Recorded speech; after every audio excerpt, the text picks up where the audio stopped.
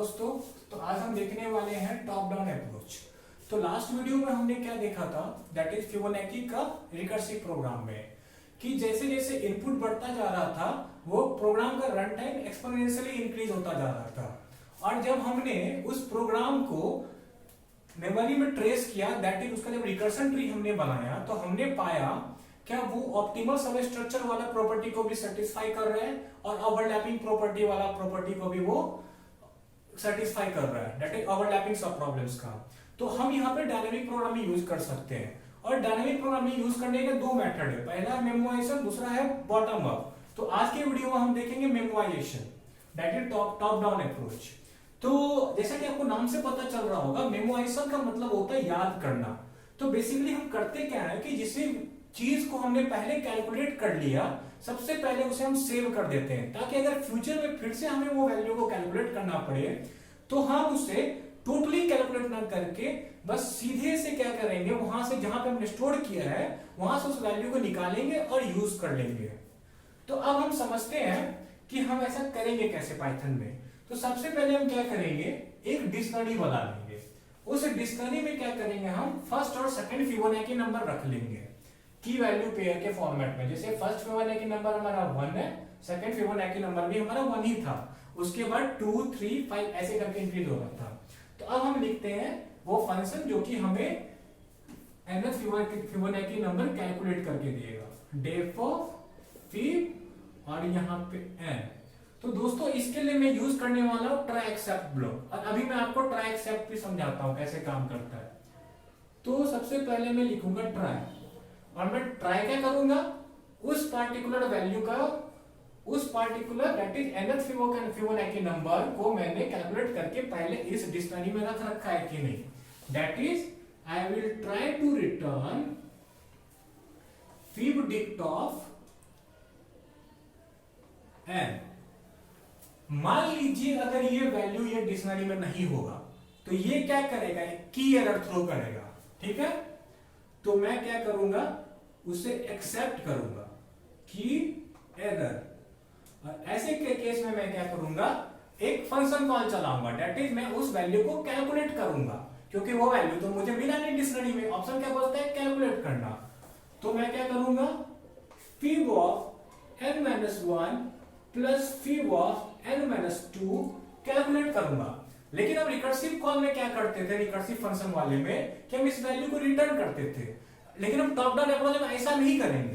पहले हम क्या करेंगे, इस वैल्यू को कैलकुलेट कर लिया तो सबसे पहले हम उसे फिब डिक्ट में स्टोर कर देंगे, और अगले स्टेप में मैं इसे रिटर्न करूंगा, फिब डिक्ट ऑफ n। तो ये है हमारा प्रोग्राम। पहले क्या करेगा, उसे डिक्शनरी में ढूंढेगा, डिक्शनरी में नहीं मिलेगा तो वो एक की एरर थ्रो करेगा, और की एरर थ्रो किया तो उसे मैं एक्सेप्ट करूंगा, और तब ये 2 लाइन ऑफ कोड एग्जीक्यूट करूंगा। दैट इज पहले मैं उसका वैल्यू फाइंड करूंगा, तब उसे डिक्शनरी में सेव करूंगा, तब उस वैल्यू को मैं रिटर्न कर दूंगा। और अब हम समझते हैं इसे प्रोग्रामेटिक ट्रेस करते हैं कि मेमोरी में कैसे एग्जीक्यूट होगा। लीजिए फिब ऑफ 6 के लिए करते हैं। मान लीजिए मैंने कॉल किया फिब ऑफ 6 को, तो पहले ये चेक करेगा फिब डिक्ट ऑफ 6 एग्जिस्ट करता है कि नहीं डिक्शनरी में, वो तो अभी नहीं करता है।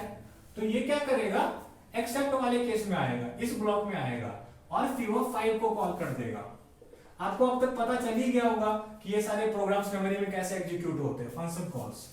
तो फिर फिब ऑफ 5 आएगा, फिब ऑफ 5 क्या देखेगा, ये फिब डिक्ट ऑफ 5 भी एग्जिस्ट नहीं करता है, तो वो कॉल कर देगा फिब ऑफ 4 को।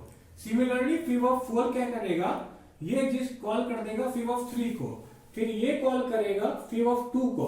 अब हमारा ट्राई ब्लॉक सक्सेसफुली एग्जीक्यूट कर देगा, और ये हमें वैल्यू रिटर्न करेगा 1, ठीक है। अब फिब ऑफ 3 को अपने लेफ्ट पार्ट मिल गया, और फिब ऑफ 3 अपने सेकंड पार्ट को कॉल करेगा, दैट इज फिब ऑफ 1। इसे भी अपना दैट इज ये ट्राई ब्लॉक सक्सेसफुली एग्जीक्यूट कर जाएगा, और ये 1 रिटर्न कर देगा, इट विल रिटर्न 1। तो फिब ऑफ 3 क्या करेगा, दोनों का सम करेगा, तो ये हो जाएगा हमारा 2। लेकिन सम करके पहले ये क्या करेगा, इस डिक्शनरी को अपडेट करेगा, दैट इज अब ये डिक्शनरी में बस 1 और 2 नहीं रह जाएगा, अब एक 3 भी आ जाएगा, और ये यहाँ पे 2 अपडेट हो जाएगा, ठीक है। तो fib of 3 2 अपडेट हो गया। वैसे fib of 4 अब क्या करेगा, fib of 2 को कॉल करेगा और fib of 2 यहाँ पे हमारा 1 है, ट्राई ब्लॉक सक्सेसफुली एग्जीक्यूट करेगा और ये यहाँ से 1 रिटर्न कर देगा। फिर fib of 4 क्या करेगा, इन दोनों का सम करेगा, पहले डिक्शनरी में अपडेट करेगा, that is 4 is equal to 3 update करेगा और यहाँ पे फिर नेक्स्ट स्टेप में ये रिटर्न कर देगा। और नेक्स्ट स्टेप में क्या होगा, fib of 5 कॉल करेगा fib of 3 को।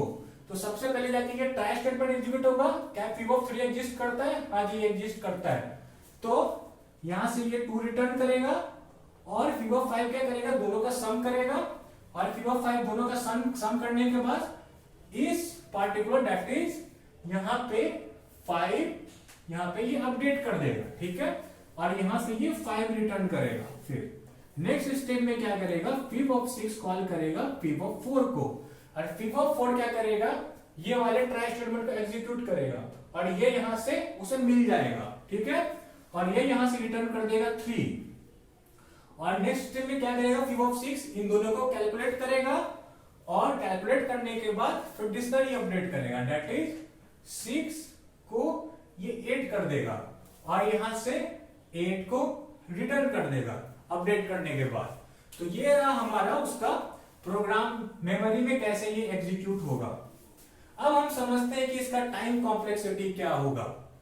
जैसे कि आप देख रहे होंगे यहां पे कोई भी फंक्शन ज्यादा से ज्यादा कितने बार कॉल हो रहा है, लेट्स एग्जांपल लीजिए fib 5 का, ठीक है, तो आप देख रहे होंगे fib 5 को या तो fib 6 कॉल कर सकता है या तो fib 7 कॉल कर सकता है। तो इसका मतलब क्या हुआ, कोई भी फंक्शन को ज्यादा से ज्यादा हम 2 बार यहाँ पे कॉल कर रहे हैं।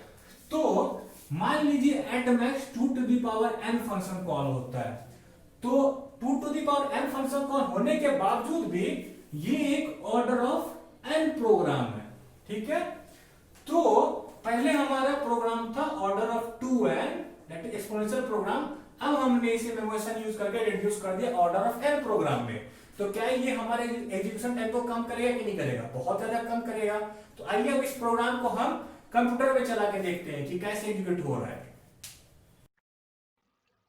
तो दोस्तों ये हमारा फिबोनाची का टॉप डाउन प्रोग्राम। तो अब हम क्या करते हैं, कुछ पार्टिकुलर वैल्यू के लिए फिबोनाची नंबर निकालते हैं इस फंक्शन को यूज करके, और तब हम कंपेयर करेंगे इसे रिकर्सिव वाले से। तो चलिए सबसे पहले हम फिफ्थ फिबोनाची नंबर निकालते हैं। तो फिफ्थ फिबोनाची नंबर है हमारा 5 जो कि करेक्ट है। ऐसे कैलकुलेट करने में टाइम लग रहा है 0 नैनो सेकेंड। एक्चुअली में ये 0 नैनो सेकेंड नहीं है, ये एक बहुत छोटा टाइम है जिसे कंप्यूटर राउंड करके 0 नैनो सेकेंड लिख रहा है यहाँ पर, क्योंकि ऐसा तो हो ही नहीं सकता है किसी कोई भी काम करने में हमें 0 सेकेंड लगे या 0 नैनो सेकेंड लगे। तो अब हम देखते हैं कि रिकर्सिव वाले मेथड में कितना टाइम लग रहा है। तो आप देखो यहाँ पे रिकर्सिव वाले मेथड में भी 0 नैनो सेकेंड ले रहा है, ठीक है। अब हम आगे आते हैं, अब हम कैलकुलेट करते हैं 20th Fibonacci number using top down as well as recursive method. देखिए 20th Fibonacci number using top down method अपना ले रहा है 0 नैनो सेकंड, जो कि अगेन ये 0 नैनो सेकंड नहीं है, लेकिन 0 से बहुत छोटा छोटा टाइम है ये। तो अब देखते हैं हम रिकर्सिव वाले में कितना टाइम ले रहा है। ये रिकर्सिव वाले में ये ले रहा है 1 मिली सेकेंड। तो आप ये समझ रहे हैं कि ये 10 to the power 6 का डिफरेंस है 20th फिबोनाची नंबर कैलकुलेट करने में। अब देखते हैं फिब ऑफ 30। फिब ऑफ 30 को कैलकुलेट करने में टॉप डाउन मेथड यूज करके हमें लग रहा है 0 नैनो सेकेंड। वहीं पे हमें फिब ऑफ 30 कैलकुलेट करने में यूजिंग रिकर्सिव मेथड लग रहा है 145 मिली सेकेंड, जो कि approximately 10 to the power 8 times बड़ा है टॉप डाउन वाले मेथड से। सिमिलरली यहाँ पे आप देख रहे होंगे फिब ऑफ टॉप डाउन 35 ले रहा है हमारा 0 नैनो सेकेंड, जो कि अगेन 0 नैनो सेकेंड नहीं है, लेकिन बहुत छोटा टाइम है। और यहाँ पे हमारा फिब ऑफ 35 कैलकुलेट करने में लग रहा है 1.57 सेकेंड, जो कि approximately 10 to the power 9 times बड़ा है। तो आप देख रहे होंगे कैसे हमारा एक्सपोनेंशियली टाइम टेकन बढ़ता जा रहा है, जैसे ही हमारा वैल्यू ऑफ n बढ़ता जा रहा है। तो आपने ये चीज नोटिस किया होगा कि कैसे हमारा recursive top down method use करके हमने प्रोग्राम का एग्जीक्यूशन टाइम को यहाँ पे रिड्यूस कर दिया हुआ है। तो ये है दोस्तों हमारा टॉप डाउन और मेमोराइजेशन मेथड। नेक्स्ट वीडियो में हम देखेंगे कि हमारा बॉटम अप मेथड को हम कैसे यूज करते हैं और हमारा बॉटम अप मेथड यूज करने से टाइम कितना रिड्यूस होता है और वो एक्चुअली में होता क्या है। तो अगर दोस्तों आपको हमारा ये वीडियो अच्छा लगा हो तो प्लीज लाइक कीजिए, शेयर कीजिए, सब्सक्राइब कीजिए और बहुत बहुत धन्यवाद देखने के लिए। Thank you.